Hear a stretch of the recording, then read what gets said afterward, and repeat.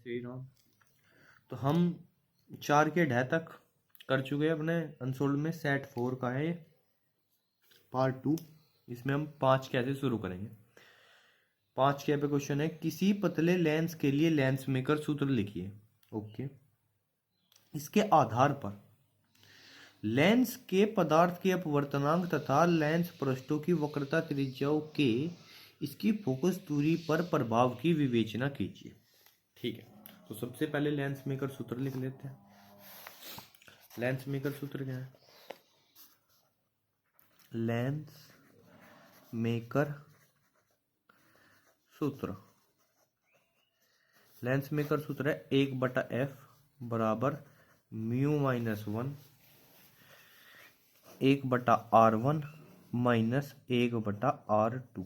ठीक है, यह जी लेंस मेकर फॉर्मूला, जहाँ एफ पता है आपको फोकस दूरी है, म्यू है लेंस का उसके माध्यम के सापेक्ष अपवर्तनांक। जो माध्यम लेंस के दोनों ओर जो माध्यम है ना, सपोज कि दोनों ओर सेम है, यानी जो लेंस है इधर जो माध्यम है इधर भी वही माध्यम है, तो म्यू हो गया उसके सापेक्ष लेंस का अपवर्तनांक।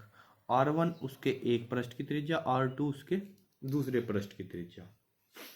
पहले अगर म्यू पर म्यू के इसके प्रभाव के बारे में बात करें, तो जैसे जैसे म्यू का मान बढ़ेगा तो 1/f का मान भी बढ़ेगा या f का मान घटेगा, है नहीं। यानी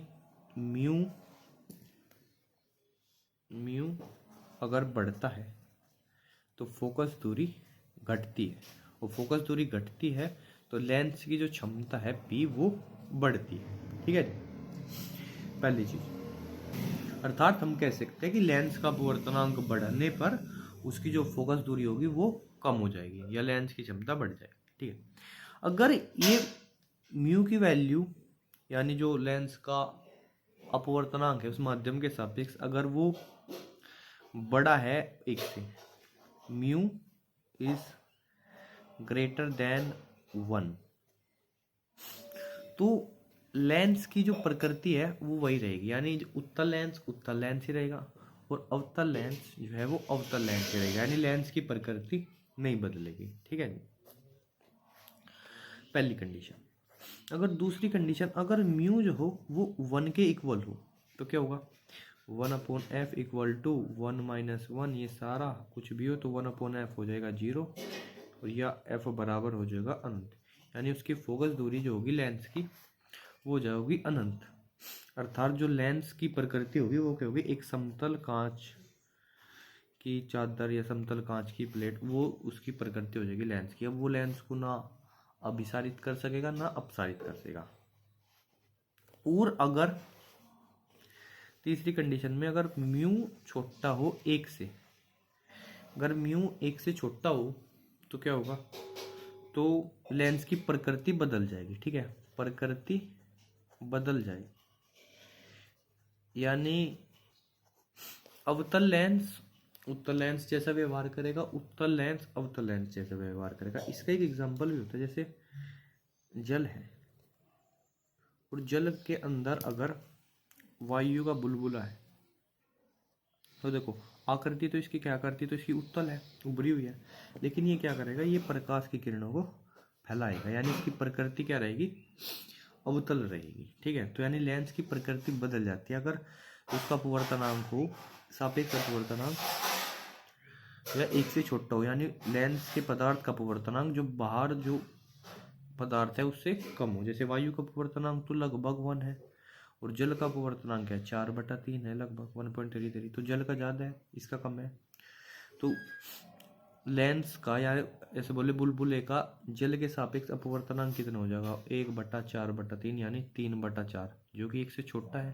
ठीक है, और अपवर्तनांक अगर ये सापेक्ष अपवर्तनांक 1 से छोटा हो तो उसकी क्या है? प्रकृति बदल जाती है। ठीक है, ये चीज। दूसरी है वक्रता त्रिज्या पर निर्भरता। जैसे हम देख सकते हैं, यानी जो 1/f होगा वो प्रोपोर्शनल होगा 1/r, या अगर r यानी वक्रता त्रिज्या का मान बढ़ेगा तो फोकस दूरी भी बढ़ेगी। जैसे हम सम या बोले उभय उत्तल लेंस की बात करें, उभय उत्तल मतलब जो दोनों तरफ से उत्तल है, ठीक है, और जिसकी जो है जो ये वक्रता त्रिज्या है दोनों सेम है, यानी ऐसा लेंस, ठीक है। तो जो इसका पहला ये R1 है, ये R1 हो गया मान लिया प्लस R, ठीक है, और ये R2 जो है, ये R2 जो है R2 हो गया इसका माइनस R, तो ये इसकी जगह प्लस R रखेंगे, इसकी जगह माइनस R रखेंगे, तो ये बन जाएगा 1/f बराबर mu minus 1 1/r minus 1/-R, या 1/f बराबर mu minus 1 1/r plus 1/r 2/r 1/f बराबर म्यू माइनस 1 इंटू 2/r, ठीक है। और अगर म्यू का मान 1 से बड़ा होगा, म्यू का मान 1 से बड़ा होगा तो ये क्या है, उत्तल लेंस होगा, और उत्तल लेंस की फोकस दूरी क्या है, उत्तल लेंस की फोकस दूरी पॉजिटिव होगी, ठीक है। सिमिलरली अगर ये उभयावतल होता, ऐसे होता उभयावतल, ठीक है, तो ये R1 माइनस R हो जाता और R2 प्लस R हो जाता, और सेम यहाँ पे आ जाता 1/f बराबर म्यू माइनस 1 2/-R ही आ जाता, यानी अवतल लेंस की फोकस दूरी क्या हो जाती, वो हो जाती निगेटिव। तो वक्रता त्रिज्या का क्या प्रभाव पड़ रहा है कि अगर वक्रता त्रिज्या बढ़ रही है, वक्रता त्रिज्या अगर बढ़ती है तो उसके साथ साथ उसकी फोकस दूरी भी क्या होती है, बढ़ती है। तो खूब सारी डिटेल्स हमने इसमें दे दी है इस क्वेश्चन के लिए। अब अगला क्वेश्चन देखते हैं। अगला क्वेश्चन है कि स्वप्रेरण गुणांक तथा अन्योन्य प्रेरण गुणांक की परिभाषा दी, परिभाषा लिखिए। और फिर ये क्वेश्चन है कि 1.5 हेनरी स्वप्रेरक वाली कुंडली में 5 एम्पियर में 0.1 सेकंड में धारा शून्य हो जाती है, प्रेरित विद्युत वाहकबल ज्ञात कीजिए। तो देखो स्वप्रेरण गुणांक क्या होता है, अगर हम किसी कुंडली में धारा प्रवाहित कर रहे हैं, ठीक है, जैसे कोई कुंडली है और इस कुंडली में हम आई धारा प्रवाहित कर रहे हैं, तो इस ये धारा जो है ये चुंबकीय क्षेत्र उत्पन्न करेगी, जिसकी वजह से क्या होगा, इसकी कुंडली से बद चुंबकीय फ्लक्स होगा। तो हम कह सकते हैं अगर इसमें कुंडली में n फेरे हो और इसके प्रत्येक फेरे से चुंबकीय फ्लक्स पाई भी हो, तो n पाई भी ये प्रोपोर्शनल होता है I की, अनुक्रमानुपाती, यानी धारा का मान बढ़ेगा तो इस फ्लक्स का मान क्या होगा, बढ़ेगा। तो यहाँ अनुक्रमानुपाती हटाने के लिए बराबर लगा दिया L, एक कॉन्स्टेंट, और I। तो ये L जो होता है इसी बोलते हैं कुंडली का स्वप्रेरक, तो स्वप्रेरक। अब देखो अभी हमने ये चीज पढ़ी थी कि E बराबर माइनस के d/dt फाई बी, यानी चुंबकीय फ्लक्स, ठीक है। अगर यहाँ पे n फेरे है तो n और आ जाएगा माइनस के n d/dt। ये क्या है, फैराडे का नियम है कि अगर चुंबकीय फ्लक्स के मान में परिवर्तन होता है तो प्रेरित विद्युत वाहकबल उत्पन्न होता है, फैराडे का नियम है। इसमें क्या रखते हैं, इसको n को अंदर ले जाते हैं क्योंकि ये तो कांस्टेंट है। E बराबर माइनस के d/dt n फाई बी, ठीक है। और n फाई बी की वैल्यू क्या लिख सकते हैं हम, यहाँ से Li लिख सकते हैं, n फाई बी बराबर Li है। तो E बराबर माइनस के d/dt Li, या E बराबर माइनस के L di/dt, ये हो गया। या L बराबर माइनस E/di/dt। अगर कुंडली में धारा परिवर्तन di/dt, इसका मान क्या हो, इसका मान हो 1 एम्पियर पर सेकेंड, धारा का मान मात्रा का एम्पियर, समय का सेकेंड, और प्रेरित विद्युत वाहकबल E भी 1 वोल्ट हो, तो L बराबर क्या हो जाएगा, L बराबर हो जाएगा -1। अब देखो माइनस भूल जाओ, अगर हम संख्यात्मक मान की बात करें तो L बराबर 1 हेनरी होगा, ठीक है। या हम ऐसे बोल सकते हैं कि किसी कुंडली का स्वप्रेरक क्या होता है कि अगर उस कुंडली में धारा परिवर्तन की दर इकाई हो, यानी 1 एम्पियर पर सेकंड हो, तो उस कुंडली में प्रेरित विद्युत वाहक बल का संख्यात्मक मान ही उस कुंडली का स्वप्रेरकत्व कहलाता है। इसका मात्रक क्या होता है? हेनरी होता है। ओके, ऐसी अगर देखो अन्योन्य प्रेरकत्व क्या है, अगर हम किसी कुंडली, ये है, इस कुंडली में हम धारा प्रवाहित कर रहे हैं, तो इसकी वजह से जो चुंबकीय क्षेत्र बन रहा है, इसके पास ये कुंडली रख दी तो वो चुंबकीय क्षेत्र इस कुंडली में भी तो चला जाएगा, नहीं है नहीं? चुंबकीय क्षेत्र, इसका चुंबकीय क्षेत्र इसमें चला जाएगा, और फिर अगर इसमें धारा के मान में परिवर्तन होगा तो इसमें भी धारा के मतलब चुंबकीय क्षेत्र में परिवर्तन होगा, तो इससे जो चुंबकीय फ्लक्स बंद हुआ था उसमें परिवर्तन होगा। इसके कारण से इसमें भी एक प्रेरित विद्युत वाहक बल होगा। यानी पहली कुंडली में जो धारा के मान में परिवर्तन हो रहा है उसकी वजह से दूसरी कुंडली में प्रेरित विद्युत वाहक बल उत्पन्न हो रहा है। ठीक है, यानी अब यहाँ पर हम इसको प्राइमरी कुंडली बोल रहे, प्राइमरी, इसको सेकेंडरी बोल रहे। तो सेकेंडरी कुंडली में विद्युत वाहक बल उत्पन्न हो रहा है ES, और वो बराबर हो जाएगा माइनस के MdIP। IP मतलब जो प्राइमरी कुंडली में धारा के मान में परिवर्तन हो रहा है बाई dt। जहाँ M क्या होगा? M होगा अन्योन्य प्रेरण गुणांक। जैसे L क्या था? ये था स्वप्रेरण गुणांक, यानी खुद में ही विद्युत वाहक बल उत्पन्न होता है। इस बार दूसरी में हो रहा है अन्योन्य प्रेरण गुणांक।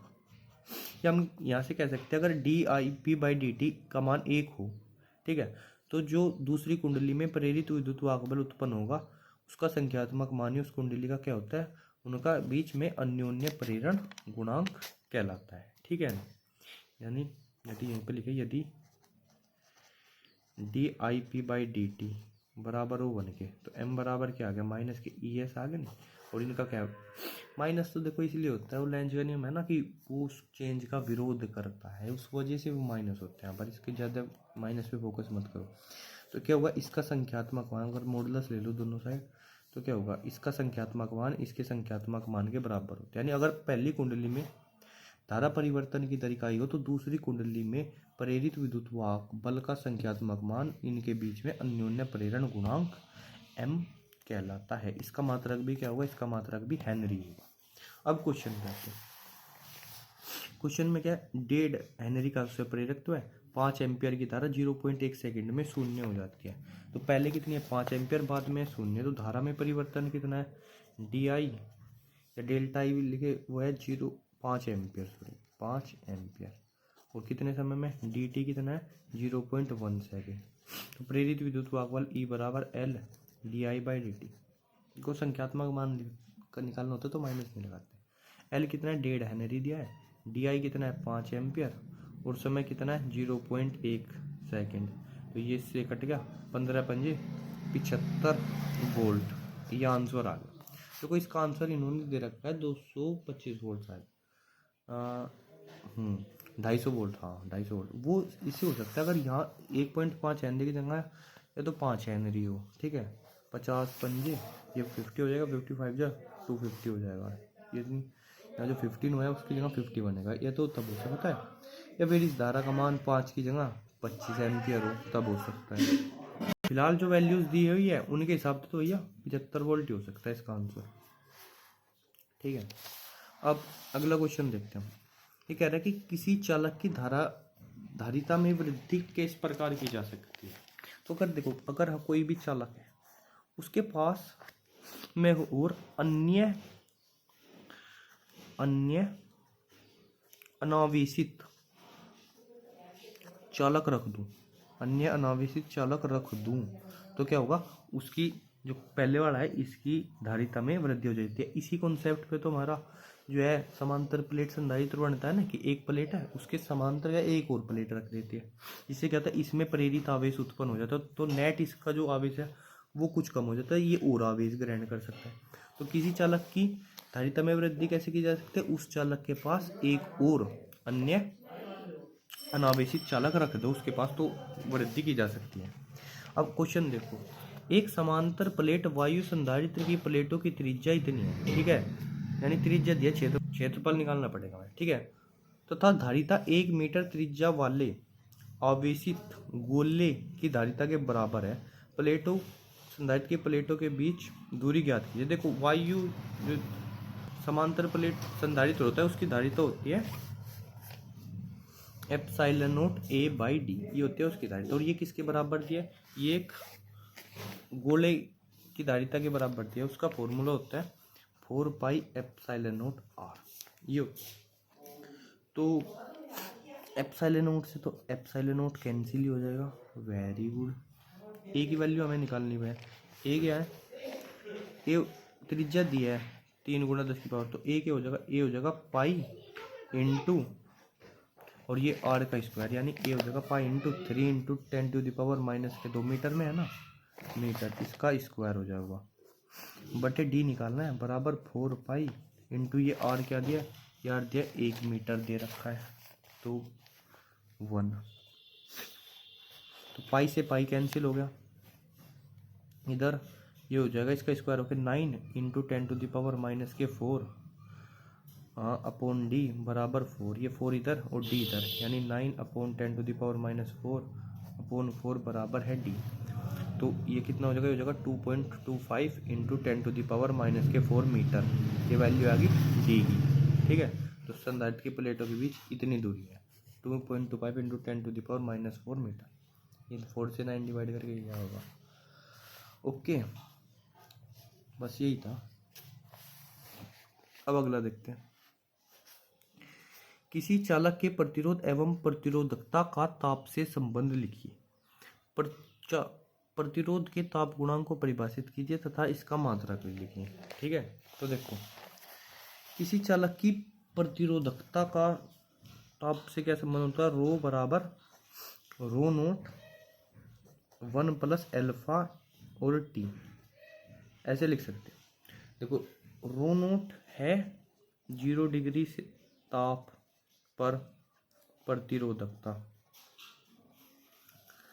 और आर ये रो है किसी, मतलब ये रो है टी ताप पर। ठीक है, रो टी भी लिखो इसको, टी ताप पर, और अल्फा होता है मेरा प्रतिरोध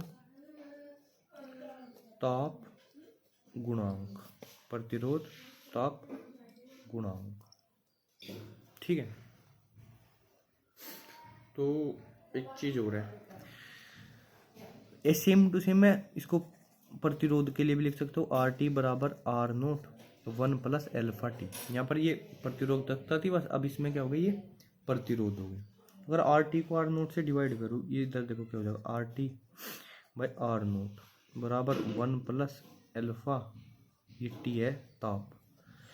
तो ये एक चीज़ देखो, आर टी बाई ये ओम, ये ओम, तो ओम से ओम कैंसिल होगा, इसका तो कोई मात्रक है नहीं, ये 1 प्लस के साथ ही जुड़ा है। तो जो चीज़ अगर जिस चीज़ के साथ जुड़ी होती है उन दोनों का मात्रक सेम होता है। एक तो संख्या इसका कोई मात्रक नहीं है, तो अल्फा टी इसका भी कोई मात्रक नहीं होना चाहिए।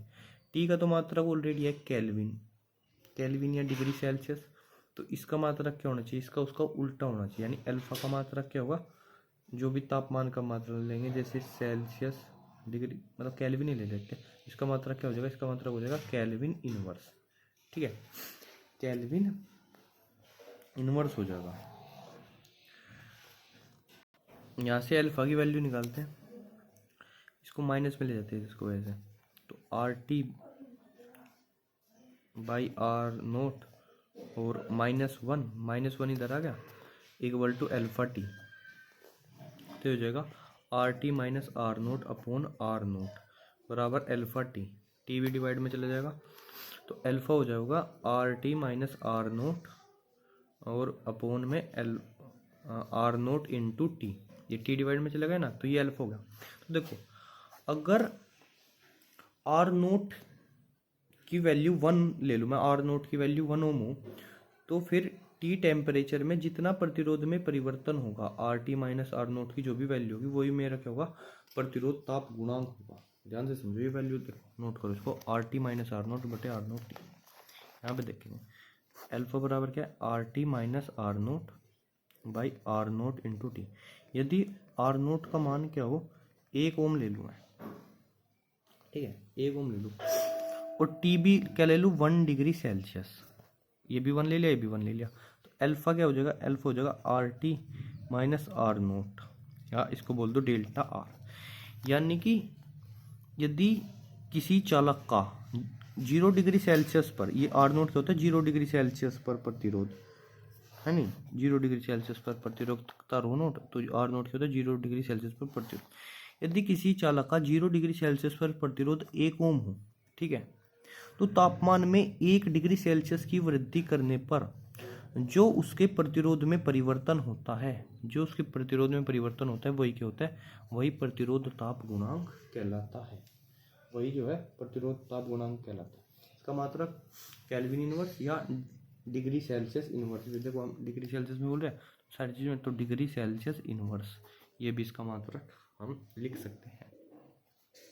अगर समझ में नहीं आया तो एक सेकंड बुक में देखो, बुक भी है मेरे पास, देखो क्या लिख रखा है, सेम टू सेम। यदि किसी चालक तार का 0 डिग्री सेल्सियस पर प्रतिरोध 1 ओम हो, तो उसके ताप में 1 डिग्री सेल्सियस की वृद्धि करने पर उसके प्रतिरोध में होने वाली वृद्धि उस पदार्थ की प्रतिरोध ताप गुणांक कहलाती है, और इसका मात्रक ये होता है। ओके, नेक्स्ट क्वेश्चन देखते हैं। ये है प्रकाश विद्युत प्रभाव क्या है, व्हाट इज प्रकाश विद्युत प्रभाव। किसी प्रकाश संवेदी सतह के लिए देली आवृत्ति इतनी है, यदि आपतित प्रकाश की आवृत्ति इतनी हो जाए तो निरोधी विभव की गणना कीजिए तथा सतह के कार्यफलन की भी गणना कीजिए। देखो प्रकाश विद्युत प्रभाव, हम पेज पलट, प्रकाश विद्युत प्रभाव कई बार बता चुके। अगर किसी धातु की सतह है उस पर कोई हम फोटोन डाल लें तो फोटोन से क्या होगा, इलेक्ट्रॉन ऊर्जा प्राप्त करके उस धातु की सतह से बाहर निकलते हैं, इसको बोलते हैं हम प्रकाश विद्युत प्रभाव। इस इलेक्ट्रॉन को बाहर निकलने के लिए जो ऊर्जा चाहिए वो होती है उसका W यानी कार्यफलन, जितनी ऊर्जा इसको चाहिए, और जो बाकी ऊर्जा फोटोन की बच जाती है तो वो इलेक्ट्रॉन की क्या बन जाती है, गतिज ऊर्जा। तो जैसे इलेक्ट्रॉन जो है h इतनी ऊर्जा लेके आता है, उसमें से वो W तो उस इलेक्ट्रॉन को बाहर निकालने के लिए ऊर्जा खर्च कर देता है, और प्लस बाकी इलेक्ट्रॉन की क्या बन जाती है, गतिज ऊर्जा बन जाती है। तो h equal to W plus K max. अब क्या है, अब देखो देली आवृत्ति क्या होते हैं, ऐसे फोटोन की आवर्ती जिसकी ऊर्जा खाली कार्यफलन के बराबर हो, तो वो क्या होते हैं, देली आवर्ती होते हैं न्यूनतम। इसमें देली आवर्ती दिया इसने क्वेश्चन में 3.3 गुणा 10 की पावर 14 हर्ट्ज। तो W निकालने के लिए तो हमको क्या करना पड़ेगा, बस यहाँ पर H की वैल्यू रखते हैं 6.63 गुणा 10 की पावर माइनस की 34, ये H की वैल्यू है, और न्यूनतम ठीक है 3.3 इंटू 10 की पावर 14 बराबर क्या हो जाएगा, W हो जाएगा। तो बचेगा कितना, इसकी इसमें मल्टीप्लाई करनी पड़ेगी, एक बार कर ही लेता हूँ साइड में।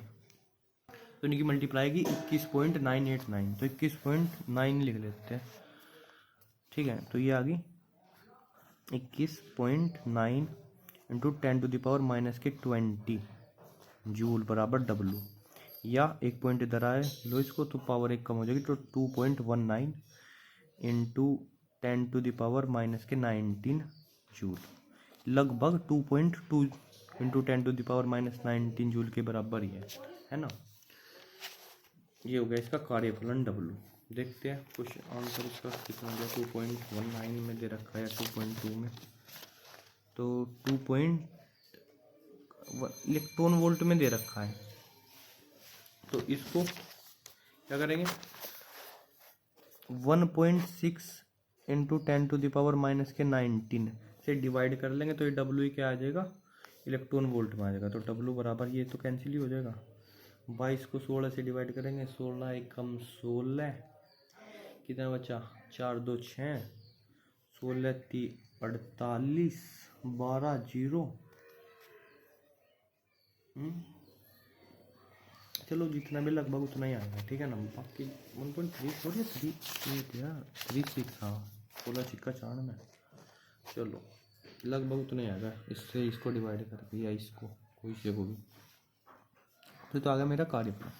अब आगे क्या कह रहा है, अब आगे कह रहा है कि भाई ये बता मेरे को कि अगर इतना प्रकाश डालेगा, इतनी ऊर्जा का प्रकाश डालेगा, ये h की वैल्यू, तो फिर निरोधी विभव की गणना करनी है। ओके, तो यानी हम जो है जो प्रकाश डाल लेंगे वो डाल लेंगे h, ठीक है जी। और कार्यफलन कितना होता है, कार्यफलन होता है एच न्यू नोट प्लस के मैक्स। तो अगर मैं इसको इधर ले जाऊँ तो एच न्यू माइनस के न्यू नोट बराबर क्या हो जाएगा, के मैक्स के हो जाएगा। यानी कि आप वैल्यू रख देते हैं, एच की वैल्यू क्या है 6.63 और गुणा 10 की पावर माइनस की 34। न्यू कितना है, न्यू है 8.2। 8.2 में से 3.3 घटाएंगे तो कितना आ जाएगा, 4.9 आ जाएगा। 4.9 इंटू 10⁻14।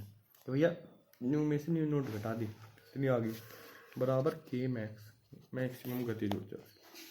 तो ये क्या होगा, अब की बार इसकी और इसकी गुणा करनी पड़ेगी। करते हैं फिर से, काम करता हूँ। ये तो लगभग 5 के जितना ही है ना, तो 5 मान के कर लेता हूँ, इतनी मेहनत कौन करेगा, इसको 6.6 मान लेंगे। तो 66 गुणा 5 करना है जैसे, तो एक काम करता हूँ 66 गुणा 10 कर लेता हूँ, कितना हो जाएगा 6.6 गुणा 10 66 हो जाएगा। उसको 2 से डिवाइड कर लेंगे तो 33। तो ये लगभग आएगा 3.3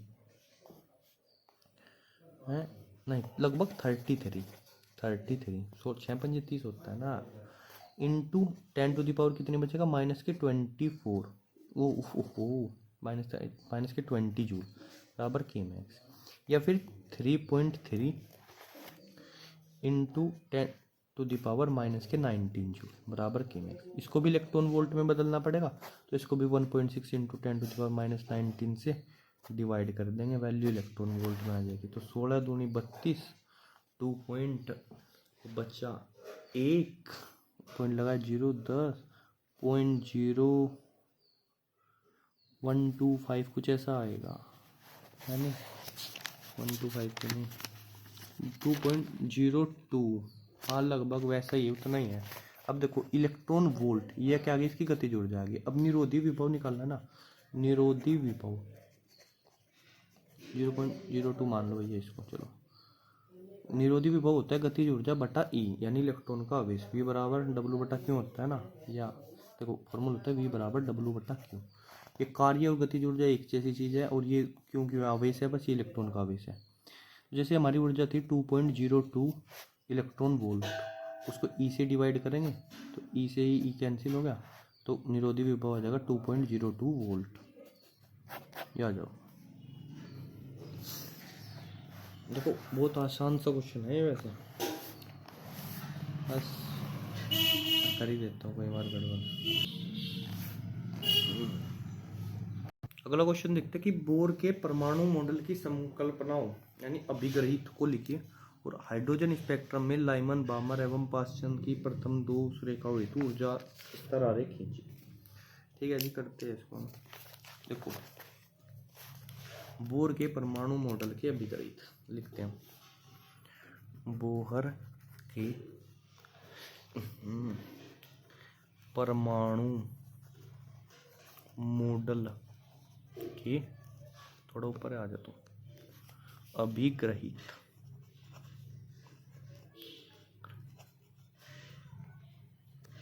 ये क्या होते हैं, ध्यान से देखो। 3 है मेन चीज।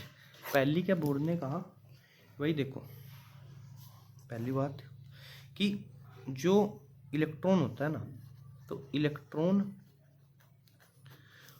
परमाणु के अंदर कुछ ही विशेष कक्षाओं में घूमते हैं, कुछ ही विशेष कक्षाओं में घूमते, यानी हर एक कक्षा में नहीं घूमते बल्कि कुछ ही विशेष कक्षाओं में घूमते हैं, जो स्थायी कक्षाएं कहलाती है, क्या है इधर लिख लेंगे, कहलाती है। और इन कक्षाओं में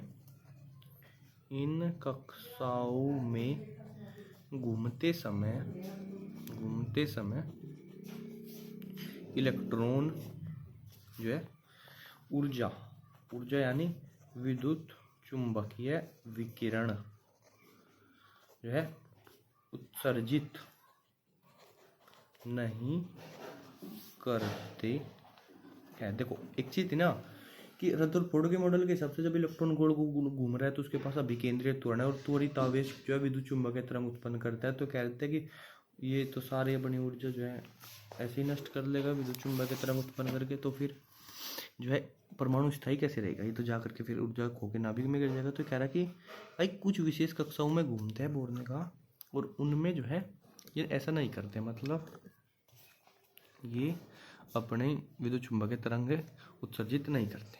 इसके अलावा नाभिक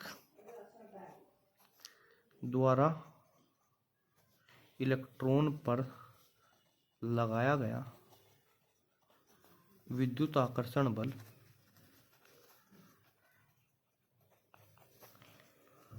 उसे इन वृत्ताकार, ये भी इम्पोर्टेंट है, इसने कक्षाएं जो मानी थी वृत्ताकार स्थायी कक्षाओं में अभिकेंद्रीय बल प्रदान करते हैं। यानी जो इलेक्ट्रॉन है उसको गोल गोल घूमने के लिए कौन बल प्रदान, वो सीधा नहीं निकल के भाग जाता, तो नाभिक जो है पॉजिटिव आवेश लिए बैठा है, वो उसको बल प्रदान करता है, अभिकेंद्रीय बल प्रदान करता है। यानी कि इलेक्ट्रॉन पे जो विद्युताकर्षण बल लगेगा, कितना लगेगा भैया? 1/4 पाई एप्सिलॉन नॉट। और हाइड्रोजन परमाणु के लिए बात करेंगे, ठीक है हम, या नॉर्मली नाभिक के लिए बात करें तो नाभिक का आवेश क्या होगा? प्रोटोनों की संख्या इंटू एक प्रोटोन का आवेश जेडी इंटू इलेक्ट्रॉन का आवेश बटे उसकी कक्षा की त्रिज्या का स्क्वायर, ठीक है, ये हो गया विद्युत बल। और ये किसके बराबर है? mv² बटे आर, ये होता है अभिकेंद्रीय बल, ठीक है, v² बटे आर होता है अभिकेंद्रीय, तो ये चीज इसको प्रदान करता है। दूसरी बात उसने क्या कही कि भाई हमें पता कैसे चलेगी कौन सी कक्षा स्थायी है? तो उन्होंने कहा इलेक्ट्रॉन केवल उन्हीं कक्षाओं में घूम सकता है, इसमें भी देख ले किधर लिख रहा है हूँ मैं, घूम सकता है जिनमें उसका कोणीय संवेग h/2 पाई का पूर्ण गुणज होता है। यानी इलेक्ट्रॉन का कोणीय संवेग होना चाहिए L बराबर NH/2 पाई, या कोणीय संवेग होगा इलेक्ट्रॉन का mvr, m इलेक्ट्रॉन का द्रव्यमान, v उसका वेग, r उसकी त्रिज्या, ये कोणीय संवेग का फॉर्मूला होता है बराबर NH/2 पाई, जहाँ ऊपर होगा जहाँ n बराबर 1 2 3 मुख्य क्वांटम संख्या है, ठीक है। और ये क्या बताती है? ये बताती है कक्षा, पहली कक्षा है, दूसरी कक्षा n बराबर 1 में पहली कक्षा, 2 में दूसरी, में तीसरी, ये हो गया। और तीसरा क्या है? तीसरा कहता है कि भैया तो ये फोटोन कब उत्सर्जित अवशोषित करते हैं? तो कहते हैं जब इलेक्ट्रॉन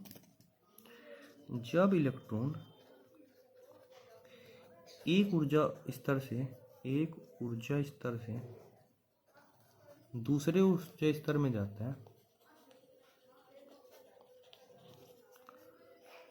है तो उनकी ऊर्जा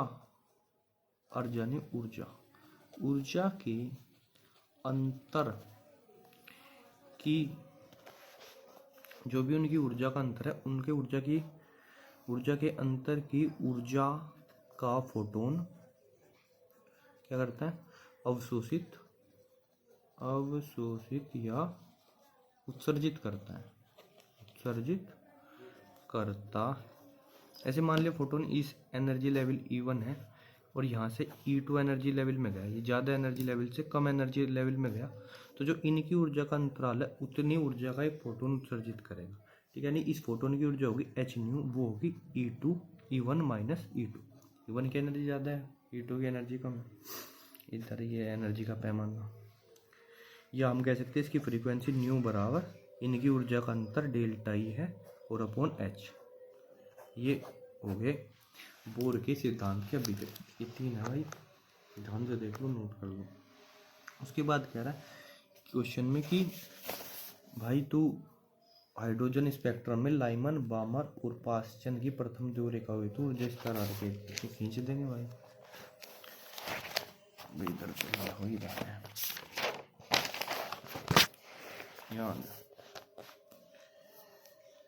ये होगी n बराबर 1 पहली ऊर्जा, इसकी एनर्जी E1 बराबर होती है -13.6 इलेक्ट्रॉन वोल्ट।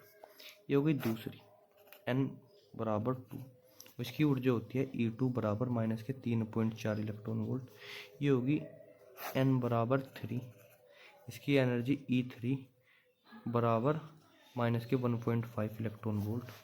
और ऐसे ही n बराबर 4, इसकी भी होती है -0.85 इलेक्ट्रॉन वोल्ट।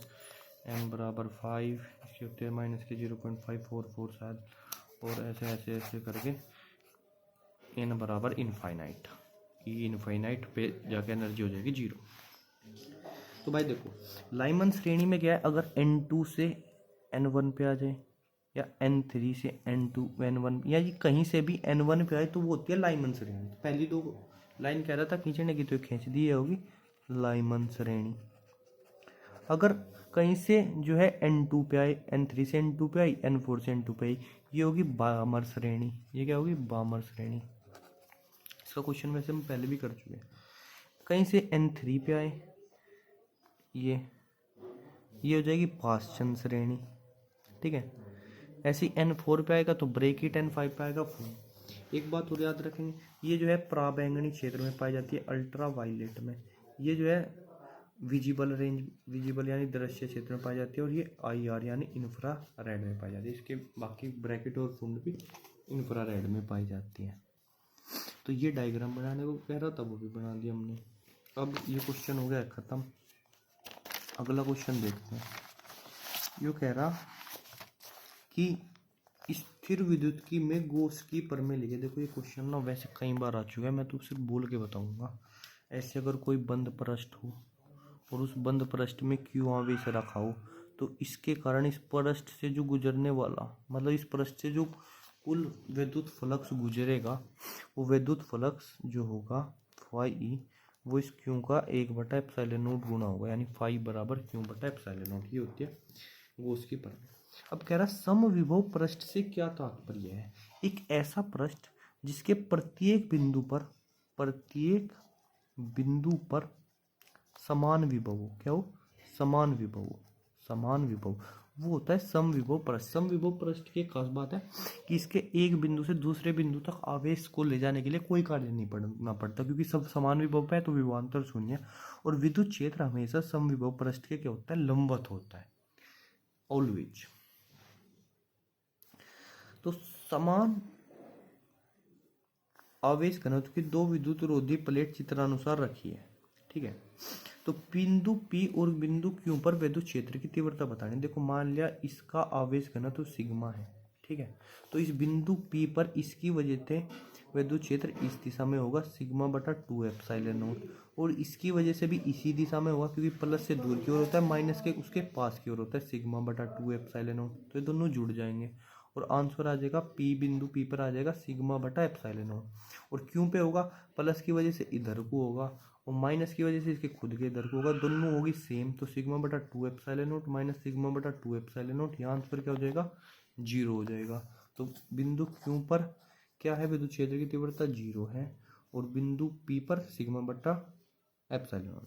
यानी आवेशित प्लेटों के बाहर विद्युत क्षेत्र क्या होता है, 0 होता है, जब इनके पास क्या है, विपरीत आवेशित है। और इसके अंदर विद्युत क्षेत्र एक समान विद्युत क्षेत्र होता है σ/ε0 का।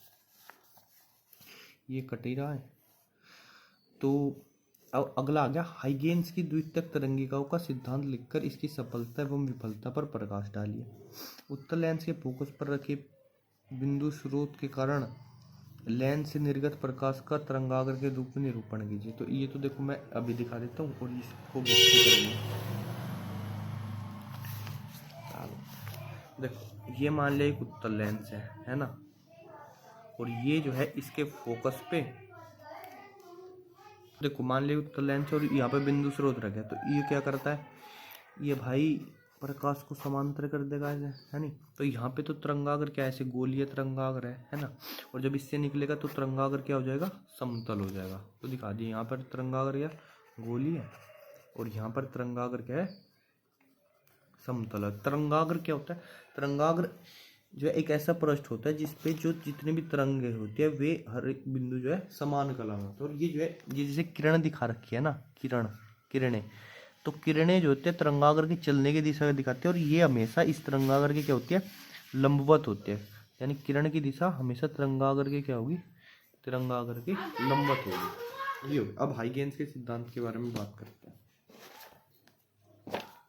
हाइगेन्स का द्वितीयक तरंगिकाओं का सिद्धांत क्या है कि हाइगेन्स ने किसी माध्यम में तरंग संचरण के लिए एक सिद्धांत प्रतिपादित किया, जिसे हाइगेन्स का द्वितीयक तरंगिकाओं का सिद्धांत कहते हैं। इसमें क्या क्या, जब किसी माध्यम में से तरंग स्रोत से तरंगे उत्सर्जित हो, कहीं भी तरंग स्रोत है उससे तरंगे उत्सर्जित हो रही है, तो वे जो एक ही कला में है वे माध्यम के कण कंपन करने लगते हैं, ठीक है। और वह पृष्ठ जिस पर सभी कण कंपनी की समान कला में होते हैं वो क्या कहलाता है, वो तरंगागर कहलाता है।